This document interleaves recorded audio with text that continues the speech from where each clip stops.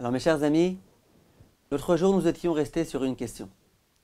Si jamais on adopte le mode de pensée du Rav de Slabodka, qui disait que l'homme doit prendre conscience de l'importance qui est la sienne, eh bien on risque de s'envoler, on risque de s'enorgueillir, et on risque finalement de mépriser nos compagnons, nos semblables. Et c'est extrêmement dangereux. Or, comment pouvoir bien se comporter avec les autres alors qu'on est conscient de notre grandeur incommensurable? La réponse, à mon avis, mes chers amis, est extrêmement claire. Le sabbat de Slabodka, lorsqu'il parlait de Gadles Adam, de la grandeur de l'homme, il n'était pas en train de dire « Sache que toi, tu es important et que tous les autres, c'est des nullards. » Pas du tout. Il disait « Sache que l'homme, en tant qu'homme, il est extraordinairement important. » Et donc, de la même façon que toi, tu es extrêmement important parce que tu es un homme, tu es le fils de Dieu, tu es un prince, de la même façon, ton compagnon, il est super important parce que lui aussi, c'est un fils de Dieu. Et c'est la raison pour laquelle de penser et de fonctionner de cette façon-là, non seulement ça risque pas de faire qu'on va mépriser les autres, mais au contraire, c'est à mon avis la seule façon de pouvoir véritablement honorer et respecter les autres. C'est un peu comme le cheval. L'étalon, il est élevé, il est haut. Simplement, on dit que le cheval, il voit ce qui se trouve autour de lui en 7 fois plus grand que lui-même. C'est-à-dire que le cheval, il est déjà très grand, mais il voit tout encore plus grand. Et bien nous, c'est un petit peu pareil. On est très grand, et on sait qu'on est grand, et on sait qu'on est élevé. Mais il faut qu'on voit les autres juifs, comme étant eux aussi extrêmement grands. Et vous allez voir combien, en étudiant un petit peu des midrashim ou des gmarot, on va pouvoir bien comprendre que la seule solution pour pouvoir bien honorer les autres, c'est de vivre avec cet état d'esprit-là. En tous les cas, c'est une façon qui nous permettra de pouvoir bien honorer les autres. Écoutez bien, concentrez-vous, attachez votre ceinture, nous allons décoller, et vous allez voir les enseignements précieux qu'on va lire ensemble. Il y a un midrash dans la paracha de Mishpatim qui nous raconte qu'un jour, Rabbi Ishmael et Rabbi Shimon ont été conduits à l'échafaud par leurs persécuteurs. Alors qu'ils vont être en chemin, vous imaginez un petit peu ce moment pathétique. Rabbi Shimon va s'adresser à Rabbi Ishmael. Il va lui dire, j'imagine que si jamais on me conduit à l'échafaud, c'est que je suis répréhensible, c'est que je suis fautif. Simplement, j'aimerais bien comprendre. J'ai réfléchi, je me suis introspecté, et je ne comprends pas. Quelle est la faute que j'ai commise et qui a mérité qu'on me conduise maintenant de façon tellement sauvage à l'échafaud et qu'on me tue? À ce moment-là, Rabbi Ishmael a voulu essayer de l'aider. Et il lui a dit, je vous lis dans les mots, c'est extraordinaire ce qu'il lui a dit. Il lui a dit, Miyamecha, ba adam etzlecha ledin, ole she'ela vei kavto. Dis-moi, dans toute ta vie, est-ce que c'est déjà arrivé, une fois, qu'un homme avait une question à te poser, ou qu'il avait envie que tu le juges, lui et l'autre, et que toi, au lieu de immédiatement te rendre disponible pour ces personnes-là, tu leur ai dit, attendez une seconde, attendez-moi en salle d'attente, s'il vous plaît. Achete gome kosra, onotel sandalcha, ootef betalitecha. Est-ce que ce n'est pas déjà arrivé que lorsque ces personnes viennent pour te demander conseil, que tu leur dises, attendez-moi un instant, le temps que je finisse de boire mon verre de coca, ou le temps que je mette mes chaussures, ou le temps que j'arrange un petit peu mon vêtement, mon chapeau, on dirait aujourd'hui. Et si la réponse à ta question c'est que oui, c'était déjà arrivé, que quelquefois tu fasses poireauter les gens quelques instants, eh bien sache, Amra Torah, la Torah a dit, Im ane te ane, si jamais souffrir, tu fais souffrir les autres. Pourquoi il y a écrit 2 fois faire souffrir? Echad hainui merube, ve'echad hainui muat. Tu es répréhensible que tu aies fait souffrir un juif énormément, ou que tu l'aies fait souffrir un peu. Faire attendre quelqu'un dans une salle d'attente, même un petit moment, c'est déjà une forme de souffrance. Et donc, bien évidemment, tu es répréhensible si jamais c'était déjà arrivé. Mes chers amis, si j'avais été à la place de Rabbi Shimon, j'aurais dit à Rabbi Ishmael, arrête de raconter des bêtises. Arrête, c'est pas possible. Là, on n'est pas en train de blaguer. On est conduit à l'échafaud. Chaque seconde est précieuse. Qu'est-ce que tu racontes des bêtises? Dis-moi, quelqu'un vient pour me poser une question. Moi, je suis le Rav. Je ne peux pas l'accueillir en chaussettes. C'est le minimum du minimum que je mette mes chaussures. On parlait de la gadlout à Adam. L'homme, il doit être comme ça, respectable. Il doit être toujours bien habillé. Je ne vais pas venir, en tant que Rav, accueillir quelqu'un en chaussettes. Je suis en train de boire mon café, mais laisse-moi finir mon café. Quand j'aurai fini, je pourrai lui répondre à sa question.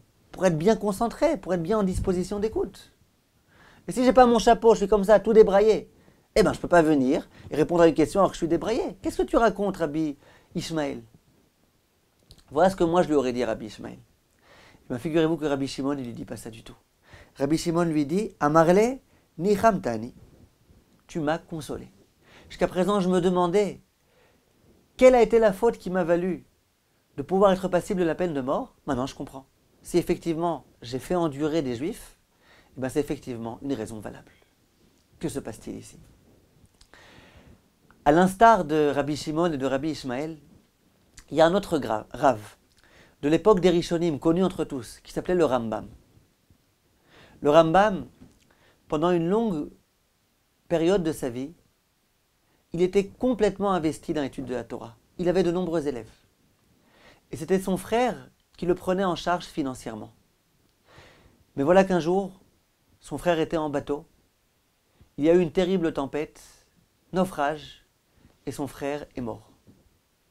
Depuis ce jour-là, non seulement le Rambam devait prendre en charge la parnassa de sa famille, mais en plus il devait aussi prendre en charge financièrement la famille de son frère, qui d'un coup se voyait être démuni. Depuis ce jour-là, le Rambam ne pouvait plus passer son temps à étudier la Torah toute la journée. Il était obligé de travailler. Et il a été engagé par le roi. Il est devenu son médecin. Le médecin attitré du roi. C'est pas n'importe quoi. Et pendant cette période-là, il y a un des élèves qui lui a envoyé une lettre. Et il lui a dit, écoutez Rav, j'aimerais bien venir voyager là où vous vous trouvez, pour pouvoir étudier la Torah avec vous, pour pouvoir me renforcer en études de Torah, en Hirat Shamayim. Le Rambam, à ce moment-là, lui a répondu, à nouveau lui aussi par une lettre. Et lui a dit, écoute mon cher élève, je suis heureux de voir que tu aimerais bien étudier la Torah avec moi. Et à vrai dire, moi aussi j'aimerais beaucoup étudier la Torah avec toi. Simplement, j'en suis incapable. Il n'y a aucune possibilité. Pourquoi? Il dit, je vais te raconter. Toute la matinée, jusqu'à midi et plus, je me trouve tous les jours dans le palais, à m'occuper des maux et des maladies et des problèmes de santé qu'ont le roi, sa femme et ses enfants. Et ils sont toujours malades. Je ne sais pas comment ça se fait, toujours malades. Et ça prend du temps. Ensuite, lorsque j'ai fini et que je sors du palais, je dois rentrer jusqu'à chez moi. Le chemin est long, difficile, mais je le fais. Il dit, je suis encore à jeun, j'ai rien mangé depuis le matin. Au moment où j'arrive, dit le Rambam, je suis sur le point de m'évanouir. Mais à ce moment-là, je vois qu'il y a énormément de patients qui m'attendent. Ils m'attendent, ils ont besoin que je m'occupe d'eux, que je les soigne. Il dit à ce moment-là, je viens les voir, c'est le Rambam qui dit dans sa lettre, je viens les voir, ces personnes-là qui m'attendent. Il dit, il y en a, c'est des riches, il y en a, c'est des pauvres. Il y en a, c'est des gens que j'apprécie, d'autres que j'apprécie pas. Et puis, il raconte comme ça, il détaille un petit peu, il décrit ce qui se passe. Il dit, et puis je vois qu'ils sont en train tous de m'attendre, tous en train de souffrir. Et je leur demande de bien vouloir avoir la gentillesse de me pardonner de les avoir fait attendre tellement de temps. Il dit, et puis simplement après, m'être occupé de tout un chacun, enfin je peux manger un petit quelque chose. Il dit, tu t'imagines que dans ces conditions-là, on n'aura pas le temps d'étudier, c'est dommage que tu viennes. Permettez-moi de comprendre ce qui se passe ici. Le Rambam, c'était un médecin. C'était pas qu'un médecin, c'était le grand médecin, le médecin du roi. En général, quand on est un médecin, on est obligé d'arriver en retard. Regardez autour de vous, vous êtes d'accord avec moi? Un médecin digne de ce nom doit arriver en retard. Un médecin qui arriverait à l'heure systématiquement, c'est pas un médecin. Est-ce que vous avez déjà rencontré dans votre vie un médecin qui arrive en retard, bien évidemment, et qui vous dit « Je suis désolé d'être en retard. Veuillez avoir la gentillesse de bien vouloir m'excuser. » Vous avez déjà entendu une chose comme ça? Personnellement, jamais. Là, on a affaire au Rambam. C'est le grand médecin. Et la raison pour laquelle il est arrivé en retard, il n'a pas d'autre choix. Il est en train de s'occuper du roi. Il a fait tout ce qu'il a pu. Il est prêt à s'occuper des patients avant même de boire un café. Et encore, il a besoin de demander pardon à ses patients de bien avoir eu la gentillesse de l'attendre. Qu'est-ce qui se passe ici? À mon avis, le Rambam, il a tiré ça du Midrash qu'on a lu avant. Le Midrash avec Rabbi Ishmael et avec Rabbi Shimon. Le Midrash dans lequel on voyait que faire attendre quelqu'un, même si jamais c'était mérité, c'est pas mérité. Et c'est gravissime. Et ça mérite quasiment la peine de mort. Voilà peut-être la raison pour laquelle le Rambam s'est comporté de cette façon-là. Mais ça n'explique rien. Ça n'explique pas pourquoi Rabbi Ishmael a dit à Rabbi Shimon, tu vois, t'aurais pas dû finir ton verre. T'aurais pas dû mettre tes chaussures. T'aurais dû arriver en chaussettes. Comment on peut comprendre une telle idée? À mon avis, l'idée, mes chers amis, elle est claire. Imaginez qu'à ma porte, au lieu que ce soit un élève qui tape pour me poser une question de halakha, pour me demander de l'aider dans un jugement, imaginez que c'était le grand de la génération. Imaginez. Alors, je suis en chaussettes, j'ai pas encore eu le temps de mettre mes chaussures. On me dit, il y a le Rav Steinman qui est à la porte qui veut que tu viennes, il a quelque chose à te dire. La vérité, je finirai mon café, je finirai de siroter mon coca, ou immédiatement je courrai pour venir accueillir le Rav. Imaginez que je ne suis pas en chaussures. Je laisserai patienter le Rav pendant 5 minutes, le temps de cirer mes chaussures et de les lacer, etc. Ou non, j'irai en chaussettes et je dirai au Rav, je suis désolé Rav, j'ai pas eu le temps de mettre mes chaussures, voilà, immédiatement je vais les mettre. Attends, t'as face à toi le grand de la génération. T'as face à toi un roi. Tu peux pas te permettre de faire n'importe quoi. C'est ce que Rabbi Ishmael, à mon avis, a dit à Rabbi Shimon. Si jamais Rabbi Shimon t'était conscient que lorsqu'un homme vient pour te poser une question de halakha, bien que c'est un élève à toi, a priori tu pourrais te dire que tu es supérieur à lui, que c'est un grand, c'est un géant, Gadlut Adam, c'est un homme gigantesque, eh ben jamais tu te serais permis de finir ton verre, jamais tu te serais permis de prendre le temps de cirer tes chaussures et de mettre ton lacet, jamais. Immédiatement tu aurais couru, tu aurais dit comment je peux t'aider? Je suis désolé, je viens comme ça débrailler, c'est parce que je voulais pas te faire attendre. C'est de cette façon-là que tu aurais fonctionné. Et le Rambam pareil. Le Rambam il se dit, il y a des juifs là qui m'attendent, c'est des Bnei Melachim, c'est des princes. J'ai des princes qui m'attendent, eh ben oui. Il faut que je ménage leur honneur. Et il faut que je m'excuse d'avoir eu besoin de m'attendre. Ah mais il ne pouvait pas faire plus vite? C'est pas grave, on ne sait jamais, peut-être qu'il aurait pu courir encore plus vite. Peut-être. En tous les cas, il a affaire ici à des princes. Il doit se comporter de façon adaptée à des princes. Voilà de quelle façon on peut peut-être essayer de comprendre ce qui se cache derrière ces histoires-là. C'est la raison pour laquelle on comprend bien que si on veut pouvoir honorer les autres comme il faut justement qu'on comprenne. L'homme a une grandeur suprême. L'homme, c'est pas n'importe qui. L'homme, c'est pas on peut s'amuser avec lui. Non, l'homme, le juif, c'est un prince. On doit l'honorer. Face à moi, j'ai des princes. Et je vous demande, essayez ça. Vous allez rentrer à la maison, messieurs, mesdames, dites-vous, face à moi, j'ai pas ma femme. Face à moi, j'ai une princesse. J'ai pas moins qu'une princesse. Mesdames, quand vous rentrez à la maison, dites-vous, mon mari, c'est pas n'importe qui, c'est un prince. Mes enfants, c'est pas n'importe qui que je peux écraser du doigt, sur lequel je peux crier à tort et à travers. Non, mes enfants, c'est des princes. Habituez-vous à regarder les gens de cette façon-là. Vous verrez comment d'un coup, vous arriverez à les honorer de façon bien meilleure. Et c'est un point qui est important. Et grâce à ça, on peut réussir à honorer les autres. Je me rappelle un jour, je donnais un cours de Shalom Bayit. Et il y a un des participants, c'était un Talmid Chacham, il me pose la question, il dit « Rav, je ne sais pas comment faire. Parce que quelquefois, ma femme, elle me demande de jeter la poubelle. En Israël, quand on jette la poubelle, il n'y a pas de vide ordure. On va prendre la poubelle, le sachet de poubelle, se promener dans la rue jusqu'à la benne à ordures, et puis comme ça, avec la poubelle, se promener. Il dit « Moi, je suis un Talmid Chacham. Moi, je suis un Avrer, je suis quelqu'un qui passe ma journée à étudier la Torah, je donne même des cours. » Il dit « Ma femme, elle n'arrive pas à comprendre que ça ne se fait pas que j'aille dans la rue avec la poubelle. » Alors que faire avec ma femme? Je lui ai dit, que faire avec ta femme? Que faire avec toi? Imagine que tu avais été voir le Rav Steinman et que devant la porte du Rav Steinman, il y avait une petite poubelle.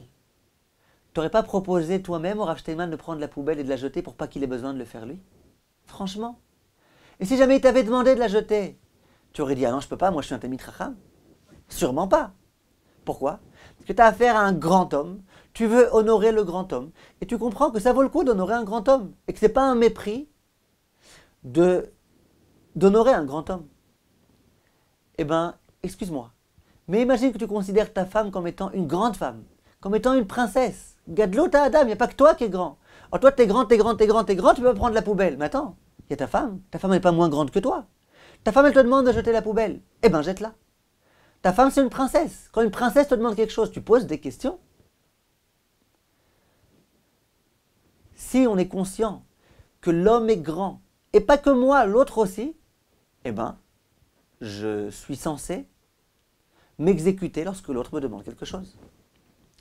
On raconte qu'un jour, il y a un homme, un étudiant en Torah, qui est venu voir le Steipeler. Il est venu, il lui a posé tout type de questions. Comment faire pour étudier? Quand est-ce qu'il vaut mieux que j'étudie? Et il vaut mieux que j'étudie ceci ou cela. Bref, le Steipeler a vu qu'il avait face à lui un homme qui était extrêmement assidu dans son étude de Torah. Et au moment où cet homme-là a quitté le Steipeler s'est dit, attends, viens ici s'il te plaît monsieur. L'autre vient, il dit, oui Rav, qu'est-ce qui se passe? Il lui dit, permets-moi de te poser une question. Il dit, avec plaisir Rav. Il dit, dis-moi, le vendredi, c'est que le vendredi c'est un jour de stress. Est-ce que toi aussi tu aides un petit peu ta femme à préparer le Shabbat? Or cet homme-là, il monte sur ses grands chevaux, il dit, mais bien sûr Rav, bien sûr. Vous ne savez pas comment c'est important d'honorer le Shabbat. Et d'ailleurs, la Gemara, elle raconte que tous les grands rabbanim, eux-mêmes, ils passaient le balai, eux-mêmes, ils préparaient un petit peu à manger. Tout ça en l'honneur de Shabbat. Le Shabbat est tellement grand que bien sûr que ça vaut le coup de l'honorer. Shabbat Amalka, la reine Shabbat. La reine Shabbat. Bien évidemment, vous avez un doute. Stepler lui dit, mais t'as pas honte. T'as pas honte. Le vendredi, t'as ta femme qui est super stressée. T'as tous les enfants qui sont en train comme ça de faire du balagan. Et ta femme, elle a vraiment besoin d'aide. C'est vital pour elle. Et toi, tu me dis que la raison pour laquelle tu l'aides, c'est parce que Shabbat, il faut honorer le Shabbat, la reine Shabbat, machin. Mais t'as pas honte, il y a ta femme qui a besoin de toi. Tu devrais me dire, j'aide ma femme parce que j'ai ma femme qui a besoin de moi. Elle a besoin d'aide. Ça veut dire quoi? C'est-à-dire que si je considère que j'ai la reine Shabbat et que j'ai ma femme la serpillière, ah oui, il vaut mieux faire des choses en l'honneur de la reine qu'en l'honneur de cette espèce de vaurien. Mais si j'avais ma femme, c'est aussi une reine. Alors pourquoi tu as besoin de faire les choses en l'honneur de la reine Shabbat? Et quoi, et de faire les choses en l'honneur de la reine ta femme, ça vaut pas le coup? Quand on s'habitue à vivre de cette façon-là, on peut énormément progresser. J'aimerais, dans le même ordre d'idées, vous raconter une histoire fabuleuse. Vraiment, ça c'est de l'or. Ça vaut 1 milliard. Je vous dis, diffusez-le autour de vous. Ceux qui écoutent cette histoire-là, diffusez-le, envoyez ce cours-là à des amis, racontez ça à table de Shabbat, ça vaut des milliards. Écoutez bien. La Gemara raconte dans le traité de Shabbat, Daf Nun He, qu'il y avait un Rav qui s'appelait Shmuel. Et Shmuel avait des élèves. Entre autres élèves auxquels il enseignait la Torah, il y en avait un qui s'appelait Rav Yehuda. Shmuel, c'était le Rav, il enseignait la Torah à son élève, Rav Yehuda, avec d'autres élèves. À un moment donné, raconte la Gemara, dans le Beth Midrash, il y a une femme, pas très nette, un petit peu folle, qui est rentrée et qui a commencé à hurler. Vous imaginez, elle ne devait pas être très lucide. Et le Rav, Shmuel, fait comme si de rien n'était. Et il continue son cours comme si de rien n'était. C'était pas facile avec ces hurlements-là. Mais lui aussi, il a un petit peu élevé le ton, un peu haussé le ton pour qu'on puisse l'entendre. À ce moment-là, il y avait l'élève qui s'appelle Rav Yehuda, qui était stupéfait à la réaction de son Rav. Il s'est dit quoi, mon Rav, il ne s'interrompt pas? Peut-être cette femme-là, elle a besoin d'aide. Peut-être qu'on peut l'aider. Peut-être qu'on peut lui demander quel est son problème, quelle est sa détresse, pourquoi elle crie comme ça. Visiblement, elle est en train de souffrir. Et le Rav, pas du tout, il continue comme si de rien n'était. À ce moment-là, l'élève n'a pas pu s'empêcher. Et il a dit à son maître Shmuel, il lui a dit, Rav, dites-moi, vous n'êtes pas d'accord que Otem Ozno Miseakat Dal, Gamu Ikra Velo Yahane? Vous n'êtes pas d'accord avec ce qu'on enseigne? Qu'une personne qui refuse d'entendre la détresse de la personne qui se trouve dans une situation difficile, et bien cette personne-là, quand elle priera, Hachem ne l'exaucera pas. Tu n'es pas d'accord avec ça? Tu as ici une femme qui est visiblement dans le désarroi, qui va mal, qui a besoin d'un peu d'attention. Pourquoi tu n'interromps pas l'étude pour lui demander comment on peut l'aider? Quoi, tu n'es pas d'accord avec ce principe-là? qu'il faut être toujours en mesure d'écouter les personnes qui se trouvent dans la détresse. Voilà l'histoire. Il y a une Gemara dans le traité de Baba Batra, la Fiud. La Gemara raconte qu'un jour, il y a un rave qui était dans un état comateux. À ce moment-là, il était déjà quasiment mort. Il est arrivé dans le monde de vérité. Au bout de quelques instants, il a ressuscité littéralement. Et ses amis lui ont dit, alors, à un moment donné, tu étais mort. Visiblement, tu as vu ce qui se passait en haut. Tu peux nous raconter ce qui se passe en haut? Il leur a dit, en haut, ne me demandez pas. C'est un monde véritablement étrange, qui est complètement à l'envers de ce monde-ci. Les gens qui dans ce monde-ci sont élevés, en haut, ils sont minables. Les gens qui ici sont minables, en haut, ils sont extrêmement élevés. Voilà ce que raconte ce rave-là. Viennent Tosfot sur place. Et il rapporte au nom d'un des très grands rishonim qui s'appelait Rabbeinu Hananel, dont on dit de lui que tous ses propos sont à lire avec une crédibilité sans pair. Ce qu'il dit, c'est d'ivrei nevoua, c'est de la prophétie. Dit Rabbeinu Hananel. Si vous voulez, je peux vous le lire dans les mots, parce que c'est extrêmement important. Il dit comme ça. De Amroa Géonim, chez Kabbalah Beyadam Rav Mipirav. Les Géonim nous ont dit qu'on est au courant de Rav à élève. Ça veut dire les Rav ils se sont transmis les uns les autres. De Olam Afour, que lorsqu'on a parlé de ce monde-là qui était complètement à l'envers, Hainu Shera Shmuel, de Ava Kayativ, Kamed Rav Yehuda Talmide. Il a vu qu'en haut, le Rav qui donnait le cours, c'était Rav Yehuda, et l'élève qui écoutait le cours, c'était Shmuel. Tout l'inverse de ce qui se passait dans ce monde-ci. Dans ce monde-ci, le Rav, c'était Shmuel, et l'élève, c'était Rav Yehuda. D'un coup, il a vu qu'en haut, le Rav qui donnait le cours, c'était Rav Yehuda, et l'élève, c'était Shmuel. Donc, c'était un monde à l'envers. Le Rav qui devient élève, l'élève qui devient Rav. Dit Rabbeinu Hananel, et comment ça se fait? Comment ça se fait que dans le monde futur, le Rav est devenu élève et que l'élève est devenu Rav? Mishum demicha bishmuel, beperek bamem adlikin, be'aï, teta, etc. Il dit parce que Rav Yehuda a eu la sagesse de dire à Shmuel, comment ça se fait que tu n'es pas attentif à la détresse de cette femme-là? Pour cette phrase-là, pour cette réprimande-là, que Rav Yehuda a fait à Shmuel, ça a valu que Rav Yehuda est devenu le Rav et que Shmuel est devenu l'élève. Qu'est-ce qui se passe ici? A priori, je me mets à la place de Shmuel. Je suis en train d'enseigner la Torah. Qu'est-ce qu'il y a de plus beau que l'étude de la Torah, de plus prestigieux, de plus important que l'étude de la Torah?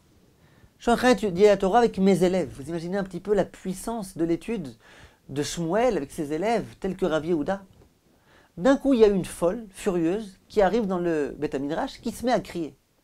Première réaction, j'appelle le gardien, et je lui dis, gardien, comment ça se fait que tu as laissé rentrer une femme dans un Beth Midrash? C'est pas pudique ça. Et puis je lui ai dit, immédiatement tu me la prends, tu me la sors d'ici. Elle est complètement folle, elle n'est pas très nette cette femme-là, elle se met à crier comme ça en plein Beth Midrash, en plein cours. Elle nous dérange. Vas-y, sors-la d'ici immédiatement. C'est une réaction légitime. Rav Yehuda, Shmuel, excusez-moi, c'est pas ce qu'il a fait. Shmuel, il a juste fait comme si de rien n'était. Il n'a pas demandé à qu'on la sorte. C'est déjà pas mal. Et là, on vient et on dit, écoute Shmuel, tu aurais dû t'arrêter. Tu aurais dû interrompre ton étude et savoir qu'est-ce qu'elle veut cette femme-là. Qu'est-ce qui la dérange tellement, qu'est-ce qui la perturbe tellement. C'est pas exagéré un petit peu? Réponse, tout dépend. Si jamais je considère chaque juif comme étant un prince, chaque juive comme étant une princesse, j'ai une princesse face à moi. Une princesse qui vient, qui est dans le désarroi, qui est dans la détresse. Je ne m'arrête pas quand je suis en train d'étudier pour lui demander, Madame la princesse, comment puis-je vous aider? Que puis-je faire pour vous? Bien sûr que je m'interromps. Ah mais c'est une princesse pas très lucide. C'est une princesse. Il y a une princesse qui a besoin d'aide, qui a besoin de réconfort, à laquelle je peux apporter quelque chose, je dois être là pour lui apporter. Et ça a été la grandeur de Rav Yehuda. Rav Yehuda, il a compris, tu as une princesse ici, pourquoi tu continues ton étude comme si de rien n'était? Intéresse-toi à elle, essaye de l'aider. Ah, tu n'essayes pas de l'aider?